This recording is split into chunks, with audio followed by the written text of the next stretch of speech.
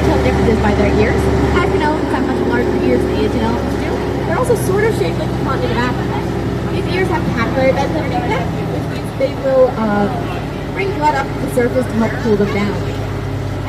The third way you're going to tell the difference between African and Asian elephant is going to be their trunks. The trunk is going to be an elongation of the upper nose and lip. They have 40,000 muscles inside of them. They are prehensile. They can pick up something as small as a peanut and as large as a trunk. They're going to be picking stuff up with the lips at the end of them. The African elephant will have 2 lips, so the Asian elephant only have 1. Last way you're going to tell the difference is their tusks. The Asian elephant only the males will have tusks, but African elephants everywhere. Unfortunately, these tusks are made out of ivory, which is one of the main reasons they are poached. Even the ivory trade is fake.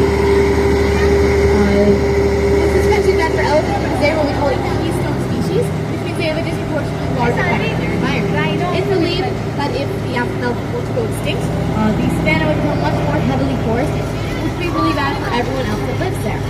We're also going to be approaching our rhinos. These are our white rhino. They're going to be on our right, on our right. There are multiple theories on why they are called the white rhino, because as you can see, they are gray. One reason is that it may be a mispronunciation of the word wide, because they have very wide faces and lips helping with the grass.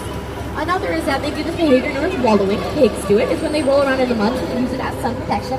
It's appearance that maybe the white rhino rolled around in lighter mud and the black rhino rolled around in darker mud, and that's why they look a little bit different, so that's why they were called that.